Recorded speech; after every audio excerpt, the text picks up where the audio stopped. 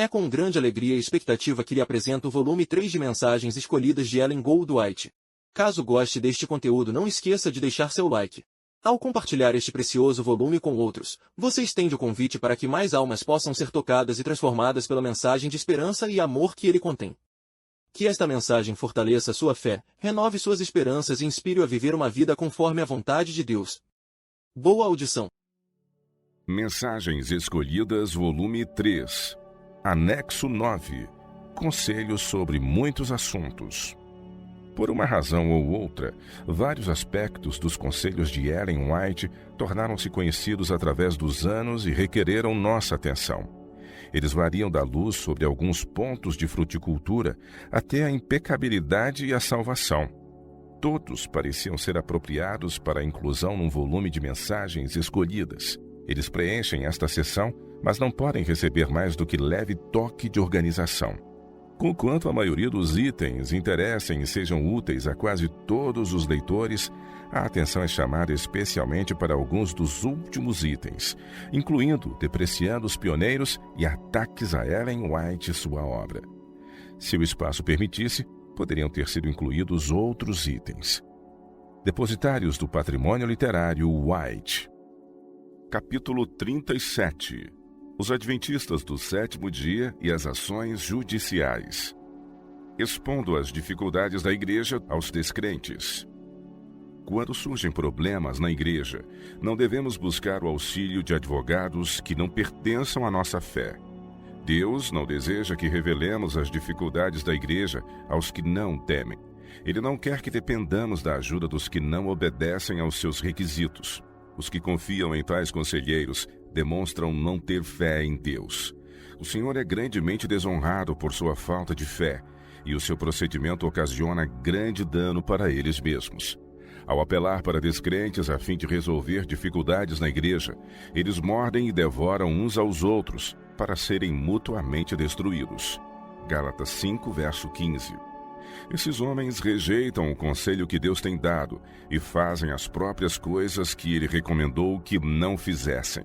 Mostram que escolheram o mundo como seu juiz, e no céu seus nomes são registrados junto com os descrentes. Cristo é crucificado novamente e exposto à ignomínia. Saibam esses homens que Deus não ouve suas orações. Eles insultam seu santo nome, e ele os entregará aos golpes de Satanás, até que vejam sua insensatez e busquem o Senhor pela confissão de seu pecado. Questões relacionadas com a igreja devem ser mantidas dentro de seus próprios limites. Se um cristão é vituperado, ele deve suportá-lo pacientemente. Se é defraudado, não deve apelar para os tribunais de justiça. Sofra antes a perda e a injustiça. Deus lidará com um indigno membro de igreja que lesa seu irmão ou a causa de Deus. O cristão não precisa lutar por seus direitos. Deus lidará com aquele que viola esses direitos. A mim me pertence a vingança. Eu é que retribuirei, diz o Senhor. Romanos 12, 19. É mantido um relato de todas essas questões. E para todos o Senhor declara que ele fará a vingança. Trará a juízo todas as obras. Conselheiros inseguros. Os interesses da causa de Deus não devem ser confiados a homens que não têm ligação com o céu. Os que são desleais a Deus não podem ser conselheiros seguros. Eles não possuem aquela sabedoria que provém do alto. Não se pode confiar neles para sentenciarem sobre questões relacionadas com a causa de Deus, questões essas das quais dependem tão grandes resultados. Se nós seguirmos o seu critério, certamente seremos conduzidos a situações muito difíceis e atrasaremos a obra de Deus. Os que não estão ligados com Deus estão ligados com o inimigo de Deus. E embora sejam sinceros no conselho que dão, eles mesmos são cegos e enganados. Satanás põe sugestões na mente e palavras na boca que são inteiramente contrárias à mente e à vontade de Deus.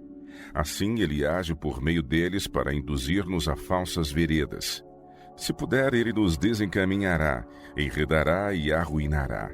Antigamente era um grande pecado para o povo de Deus entregar-se ao inimigo, revelando diante dele sua perplexidade ou sua prosperidade. Sob a economia antiga, era um pecado oferecer sacrifícios sobre o altar errado. Era um pecado oferecer incenso aceso pelo fogo errado. Corremos o perigo de misturar o sagrado e o comum. O fogo sagrado de Deus deve ser usado em nossos esforços. O verdadeiro altar é Cristo. O verdadeiro fogo é o Espírito Santo. Isso é nossa inspiração. É somente quando o Espírito Santo dirige e guia um homem que ele constitui um conselheiro seguro. Se nos desviarmos de Deus e de seus escolhidos para inquirir em altares estranhos, seremos retribuídos de acordo com as nossas obras. Manifestemos perfeita confiança em nosso dirigente. Busquemos sabedoria da fonte da sabedoria. Em toda situação desconcertante ou probante, esteja o povo de Deus de acordo no tocante àquilo que desejam, e unam-se então em fazer oração a Deus e perseverem em pedir a ajuda de que necessitam. Devemos reconhecer a Deus em todas as nossas deliberações, e quando lhe pedimos alguma coisa, devemos crer que recebemos as próprias bênçãos solicitadas. Conselho a um crente que ameaçava instaurar processos judiciais. Quando você se empenhou naquela ação judicial contra R, eu disse que se S foi tão longe que entrou nesse negócio, isso será uma mancha em sua vida. Estou triste por causa de sua atitude neste caso. Sei que isso não é correto e que de maneira alguma abrandará a situação para você.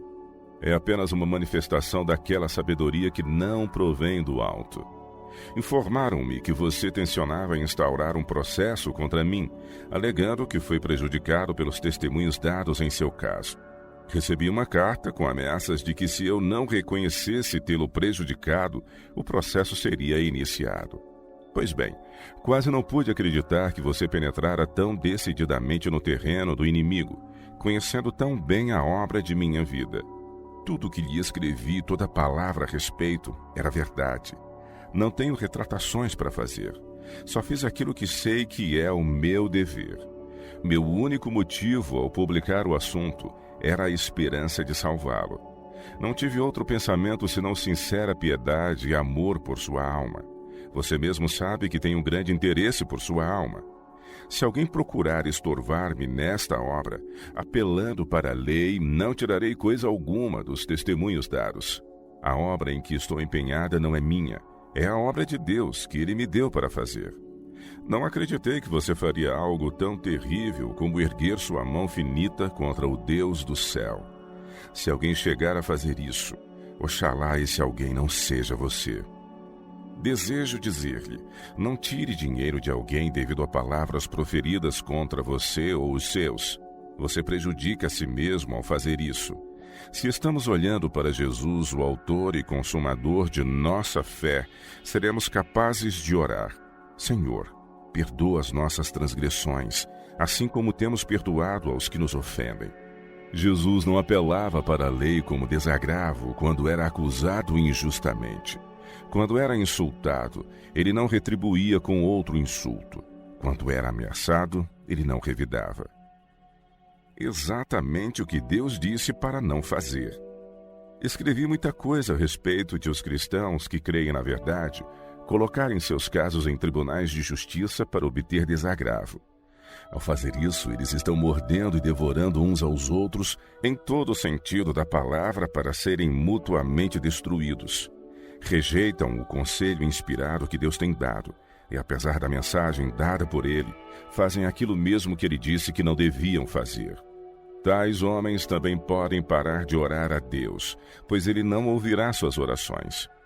Insultam a Jeová e Ele deixará que se tornem súditos de Satanás até que vejam sua loucura e busquem o Senhor pela confissão dos seus pecados. O que revelam as apelações para os tribunais. O mundo e os membros de igreja não convertidos estão de acordo.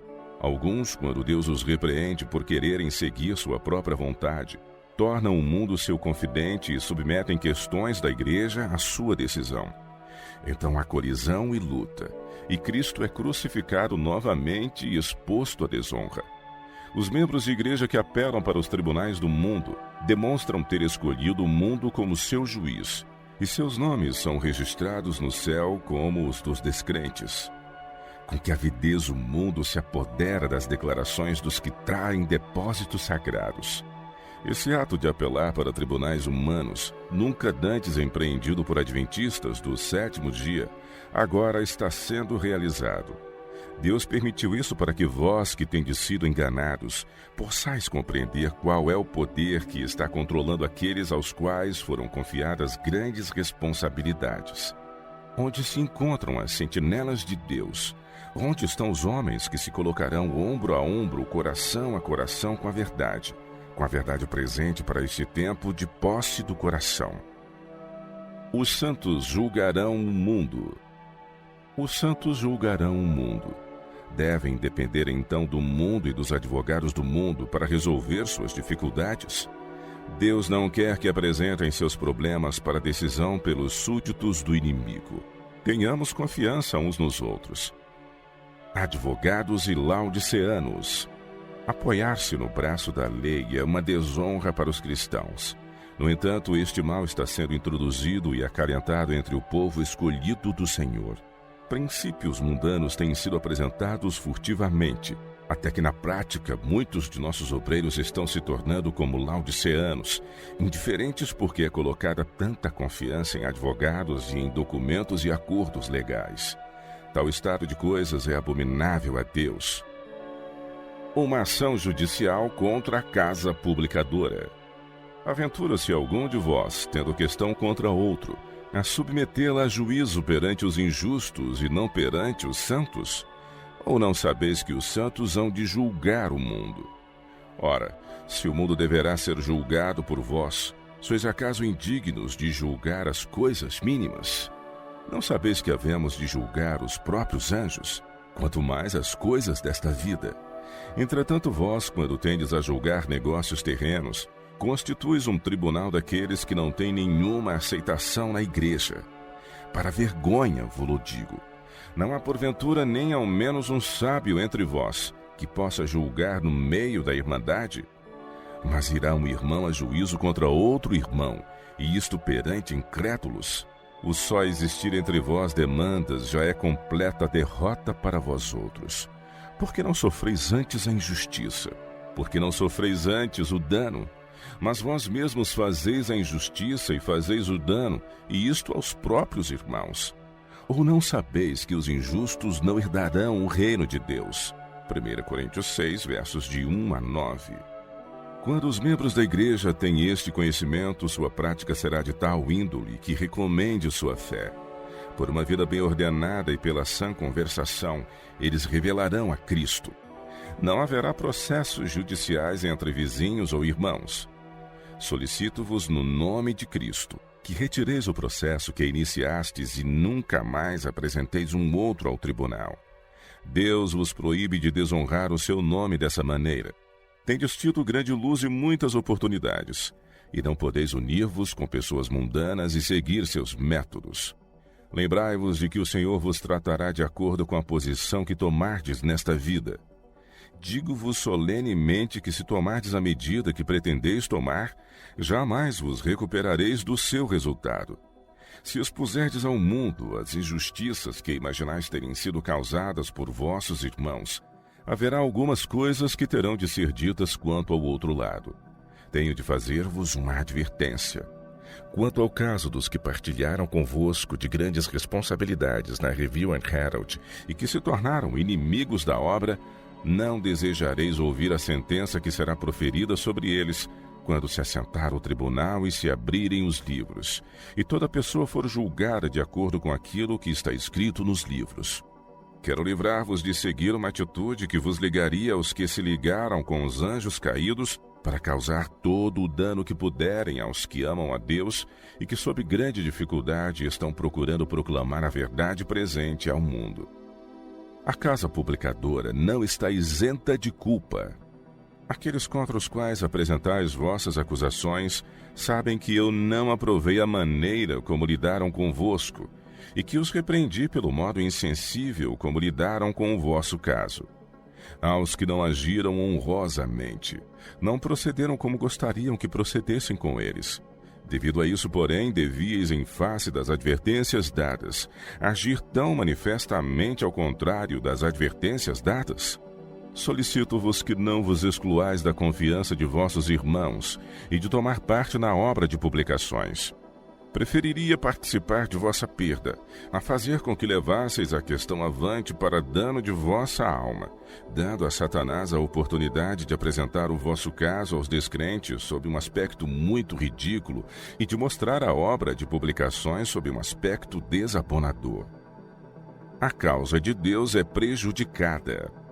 Tirai esse caso das mãos dos advogados.